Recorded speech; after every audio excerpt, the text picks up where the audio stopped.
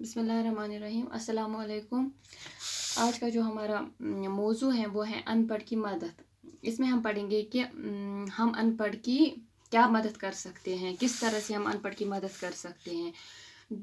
पहले मैं आपको बता दूं कि अनपढ़ किसे कहते हैं। जो पढ़ना लिखना नहीं जानते हैं उसको हम अनपढ़ कहते हैं। जो लोग पढ़े लिखे ना हो, जिनको पढ़ना लिखना नहीं आता है, उनको हम अनपढ़ कहते हैं। जो लोग पढ़े लिखे पढ़ नहीं सकते हैं, उनको अनपढ़ कहते हैं। उन्हें ज़िंदगी में बहुत सी मुश्किलात पेश आती हैं। वो हिसाब किताब नहीं लिख सकते, वो किसी को ख़त नहीं लिख सकते, किसी का ख़त नहीं पढ़ सकते, किताब नहीं पढ़ सकते। जो अनपढ़ लोग होते हैं उनको ज़िंदगी में बहुत सारी मुश्किलात जो हैं, उनको ज़िंदगी में बहुत सी मुश्किलात पेश आती हैं। वो हिसाब किताब लिख सकते हैं, ना ख़त पढ़ सकते हैं, ना ख़त लिख सकते हैं, और ना ही किताब पढ़ सकते हैं। वो हिसाब किताब नहीं लिख सकते, मतलब कि जो कि घर में आमदनी खर्च का हिसाब होता है वो नहीं लिख सकते हैं। तो आदमी अमीर हो या गरीब, उसे अपने बच्चों को स्कूल भेजना चाहिए। चाहे आदमी अमीर हो या गरीब हो, उसको क्या करना चाहिए? उसको अपने बच्चों को स्कूल भेजना चाहिए। जो अमीर लोग होते हैं अपने बच्चों को स्कूल तो भेजते हैं, गरीब लोगों को भी मेहनत मजदूरी करके एक वक्त की रोटी पर गुजारा करके अपने बच्चों को स्कूल भेजना चाहिए। ये हमसे कह रहा है कि जो अमीर लोग होते हैं वो अपने बच्चों को स्कूल भेजते हैं, लेकिन जो गरीब लोग होते हैं उनको भी मेहनत मजदूरी करके क्या करना चाहिए? उनको भी मेहनत मजदूरी करके एक वक्त की रोटी पर गुजारा करके अपने बच्चों को स्कूल भेजना चाहिए। हमारे वालिदीन जो हैं वो हमारा खर्चा बर्दाश्त करते हैं, हमको स्कूल भेजते हैं और हम रोज़ स्कूल जाते हैं। इस तरह से क्या हो जाता है? इस तरह से हमारा शुमार जो है वो पढ़े लिखे लोगों में हो जाता है। इस तरह से हम वहाँ पढ़ना लिखना जो है सीखते हैं और हमारा शुमार पढ़े लिखे लोगों में होता है। हमारे समाज में बहुत से अनपढ़ लोग हैं। जो कि हमारा समाज है वहाँ पर बहुत से अनपढ़ लोग रहते हैं। तो हमारा फ़र्ज़ है कि हम ऐसे लोगों की मदद करें। तो हमारा फ़र्ज़ बनता है कि हम ऐसे लोगों की मदद कर सकें।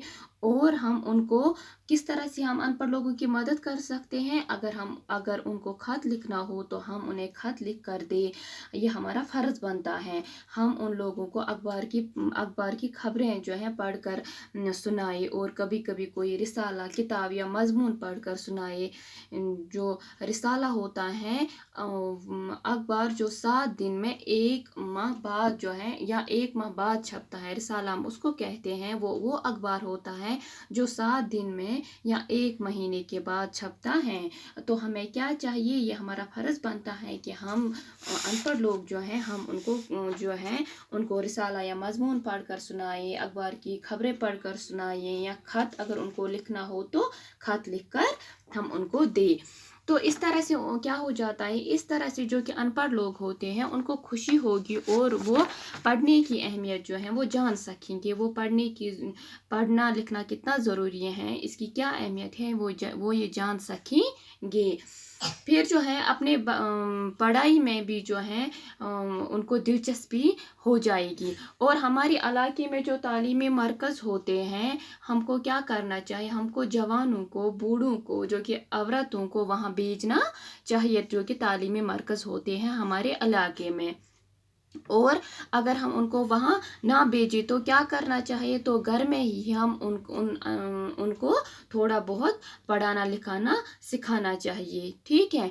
तो बच्चों को भी बड़ी दिलचस्पी से, मेहनत से और लगन से लिखना पढ़ना सिखाना चाहिए।